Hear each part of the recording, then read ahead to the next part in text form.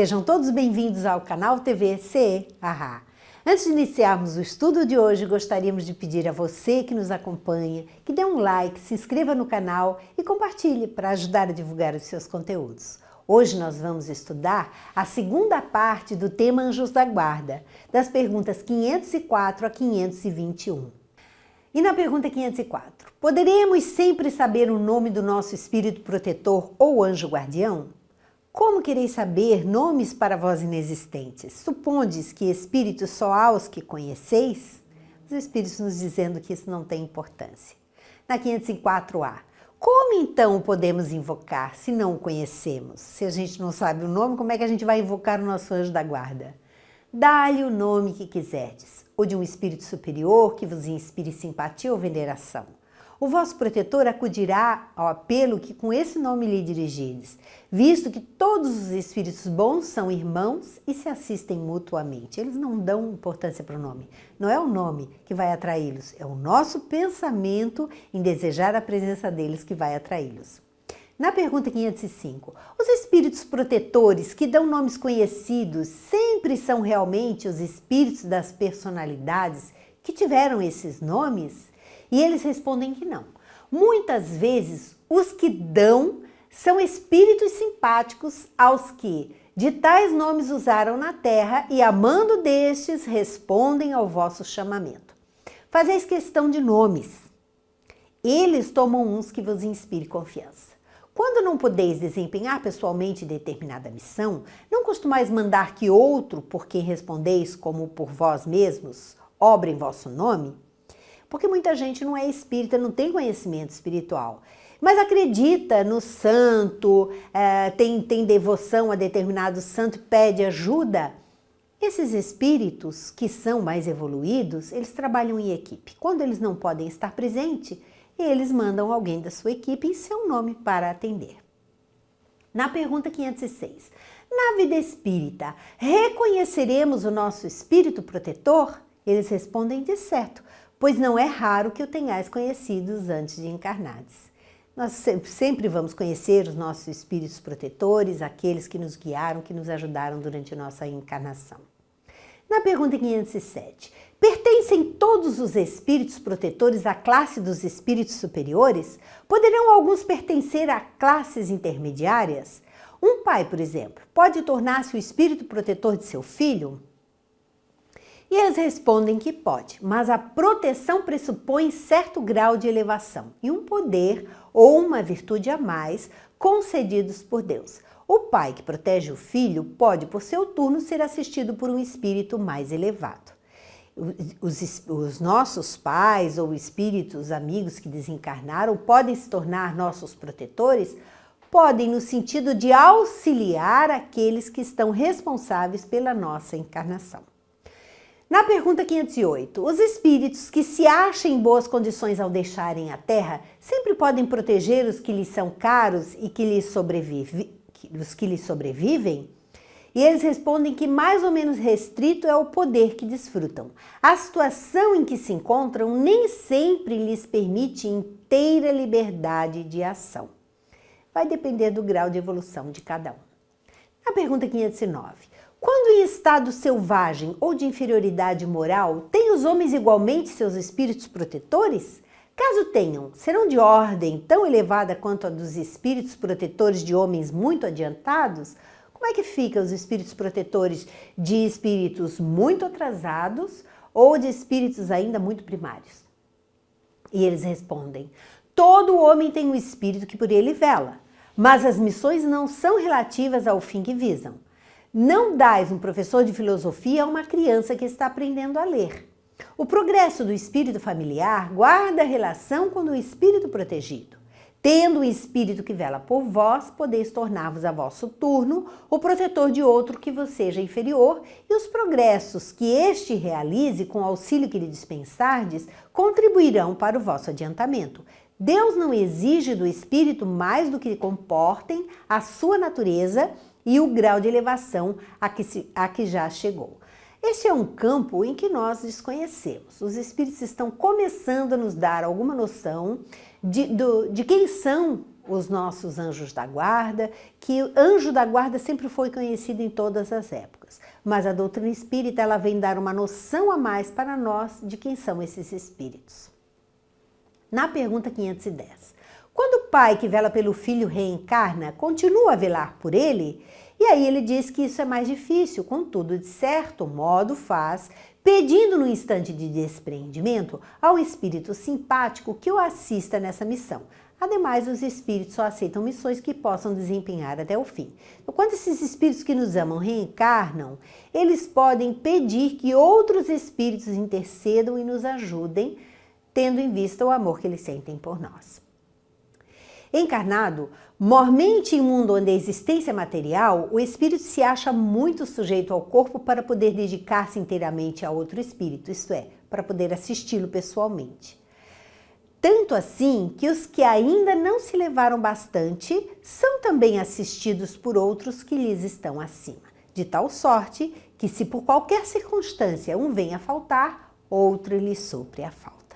Os espíritos estão sempre ajudando, sempre suprindo a falta quando precisam se afastar ou quando estão ocupados, no caso de reencarnarem, com as suas próprias necessidades. Na pergunta 511, a cada indivíduo achar-se-á ligado, além do espírito protetor, um mau espírito, com o fim de impeli-lo ao erro e de lhe proporcionar ocasiões de lutar entre o bem e o mal?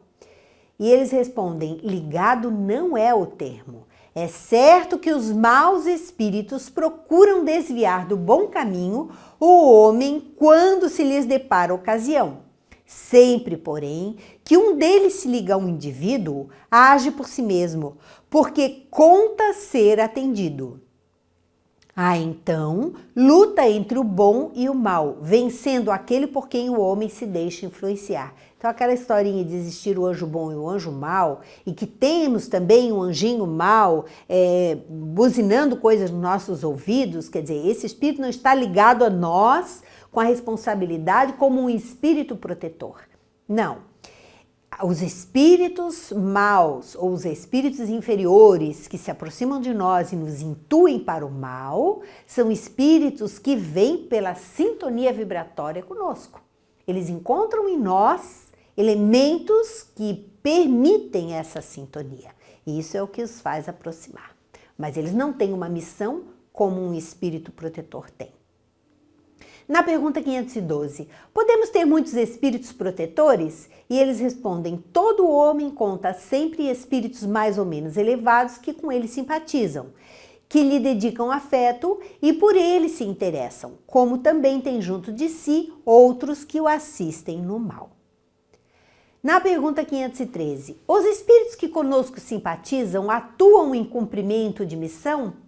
Algumas vezes desempenham missão temporária. Mais frequentemente, porém, trata-se apenas de atração pela similitude de pensamentos e sentimentos, assim para o bem como para o mal. É a sintonia vibratória. E na 513A, parece lícito inferir-se daí que os espíritos a quem somos simpáticos podem ser bons ou maus, não? Ele está perguntando, Kardec. Então, nós podemos simpatizar com espíritos bons ou com espíritos maus? E eles dizem que sim. Qualquer que seja o seu caráter, o homem sempre encontra espíritos que com ele simpatizam. E na 514, os espíritos familiares são os mesmos a quem chamamos espíritos simpáticos ou espíritos protetores? E eles respondem que há gradações na proteção e na simpatia. Dá-lhes os nomes que quiserdes. O espírito familiar é o amigo da casa. Kardec faz uma nota. Das explicações acima e das observações feitas sobre a natureza dos espíritos que se afeiçoam ao homem, pode-se deduzir o seguinte: o espírito protetor, anjo guardião ou bom gênio é o que tem a missão acompanhar o homem na vida e ajudá-lo a progredir. É sempre de natureza superior com relação ao protegido. Os espíritos familiares se ligam a certas pessoas por laços mais ou menos duráveis, com o fim de lhes serem úteis dentro dos limites do poder, quase sempre muito restritos de que dispõem. São bons, porém muitas vezes pouco adiantados e mesmo um tanto levianos. Ocupam-se de bom grado com as particularidades da vida íntima e só atuam por ordem ou com permissão dos espíritos superiores. Os espíritos simpáticos são os que sentem atraídos para o nosso lado por afeições particulares e ainda por uma certa semelhança de gostos e de sentimentos, tanto para o bem como para o mal. De ordinário, a duração de suas relações se acha subordinada às circunstâncias. O mau gênio é um espírito imperfeito ou perverso que se liga ao homem para desviá-lo do bem. Obra, porém, por impulso próprio e não no desempenho de uma missão. O espírito mau não está ali desempenhando uma missão. Ele faz isso porque encontra sintonia naquele que está obsediando. A tenacidade da sua ação está em relação direta com a maior ou menor facilidade de acesso que encontre por parte do homem, que goza sempre da liberdade de escutar-lhe a voz ou de lhe cerrar os ouvidos. O homem sempre tem a liberdade de escolher. Na pergunta 515, que se há de pensar dessas pessoas que parecem ligar-se a certos indivíduos para levá-los fatalmente à perdição ou para guiá-los pelo bom caminho? Efetivamente, certas pessoas exercem sobre outras uma espécie de fascinação que parece irresistível. Quando isso se dá no sentido do mal, são maus espíritos que, de outros espíritos também maus, se servem para subjugá-las. Deus permite que tal coisa ocorra para vos experimentar. Pessoas encarnadas, uma exercendo influência sobre a outra, às vezes para o bem, às vezes para o mal. E quando está exercendo influência para o mal, é aquele mau amigo, aquele que dá maus conselhos, aquele que puxa para os vícios. Ele está sob a ação de maus espíritos. Na pergunta 516, poderiam os nossos bons e mau gênio encarnar a fim de mais de perto nos acompanharem na vida? E ele diz que isso se dá às vezes, mas também é comum encarregarem dessa missão outros espíritos encarnados que lhes são simpáticos. Aí vai depender de cada caso, de cada necessidade. E na pergunta 517, haverá espíritos que se liguem a uma família inteira para protegê-la? Alguns espíritos se ligam aos membros de uma determinada família que vivem juntos e unidos pela afeição. Mas não acrediteis em espíritos protetores do orgulho das raças. Existem espíritos sim que protegem a família como um todo, né? Mas por simpatia, por necessidade de aprendizado daqueles que estão envolvidos. Na pergunta 518, assim como são atraídos pela simpatia para certos indivíduos, são igualmente os espíritos por motivos particulares para as reuniões de indivíduos? E eles respondem que os espíritos preferem estar no meio dos que se lhes assemelham. Acham-se aí mais à vontade e mais certos de serem ouvidos. É pelas suas tendências que o homem atrai os espíritos e isso quer esteja só, quer faça parte de um todo coletivo, como uma sociedade, uma cidade ou um povo. Portanto, as sociedades, as cidades e os povos são, de acordo com as paixões e o caráter neles predominantes, assistidos por espíritos mais ou menos elevados. Os espíritos imperfeitos se afastam dos que os repelem.